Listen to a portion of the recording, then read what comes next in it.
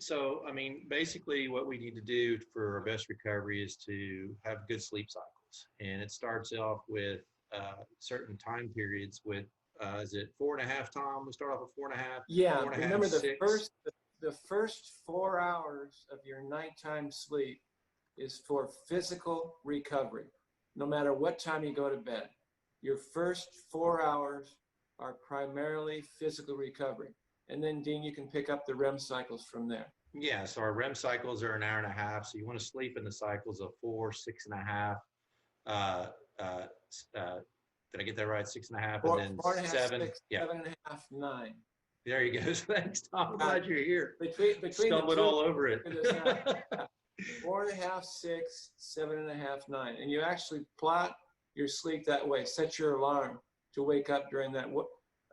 Tell them what happens if you wake up in the middle of a REM cycle. Can you You're remember? pretty much going to feel groggy the rest of the day. Yeah. So It it's messes up.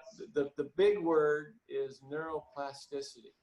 If you wake up in the middle of a REM cycle, your brain's neuroplasticity gets messed up, and that means everything you learned intellectually and physically yesterday doesn't get put on the right shelf in your brain. So it's extremely important to manage your sleep cycles around that first 4 hours of physical recovery with your sleep. and as you can tell from my answers, I woke up in the middle of a sleep cycle. Yeah, I was going to say, because I think that's been my major problem now. I understand. Oh yeah, but remember, whoever's listening, the three of us, it's do as we say, not as we do. I don't know about you, Pete, but I've never been able to get a full night's sleep since I can remember. It's just one of those things. And here's the thing I wanted to ask you, out of everything that we're about to talk about, if we're doing everything pretty good, but we're not really getting good sleep, everything else is pretty much going to collapse. Pete, you're exactly right. You're in a deficit. And if we were to run our stat test, if we had 100 kids, on a field, and we did a stat test with all 100 of them, probably 95 of them would be in some form of a physical deficit, either from overwork, from stress, from lack of sleep, from poor nutrition, and negative homeostasis, which is where you're in a deficit. To simplify it, all you're doing is trying to feel less bad than you did yesterday.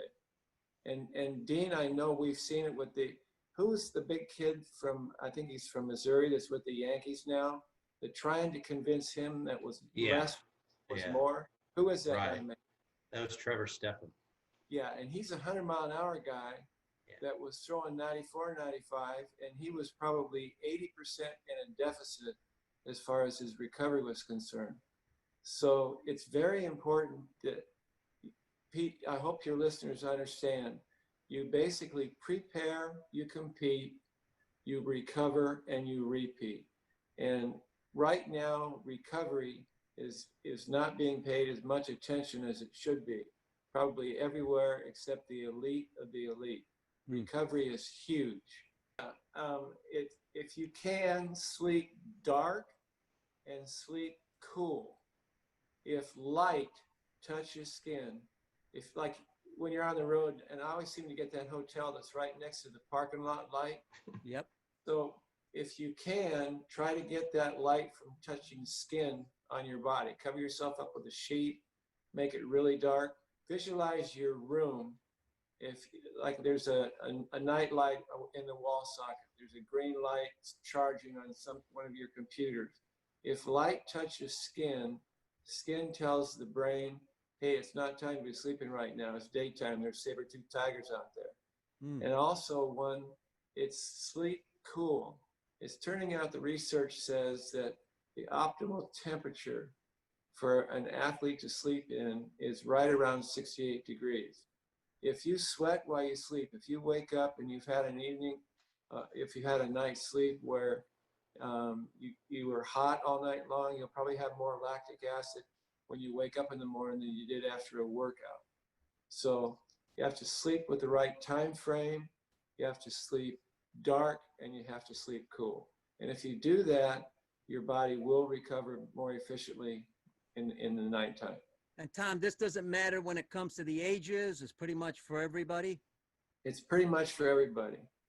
And there's more, but that's probably if everybody that's listening to this gets, if they could just follow those similar rules. If you're studying, I try to encourage all the athletes I work with to go to bed before midnight and get up a little earlier and study in the morning. The sleep you get, it all has to do with circadian rhythm, which is light and dark in the world. If you can get more sleep before midnight, so don't study from 11 to 12 or 10:30 to 12 at night. Go to bed at 10:30 and get up an hour and a half early and study in the morning. And it seemed like that helped everybody's grades. It also helped them to perform better as the day went with their physical activity on the ball field. The other part about that, as you mentioned it earlier, Peter, is about the brain stimulation before you go to bed. If you're watching a lot of TV or on your phone and things like that, it takes a while for the brain to kind of calm down so that you can actually start those sleep cycles.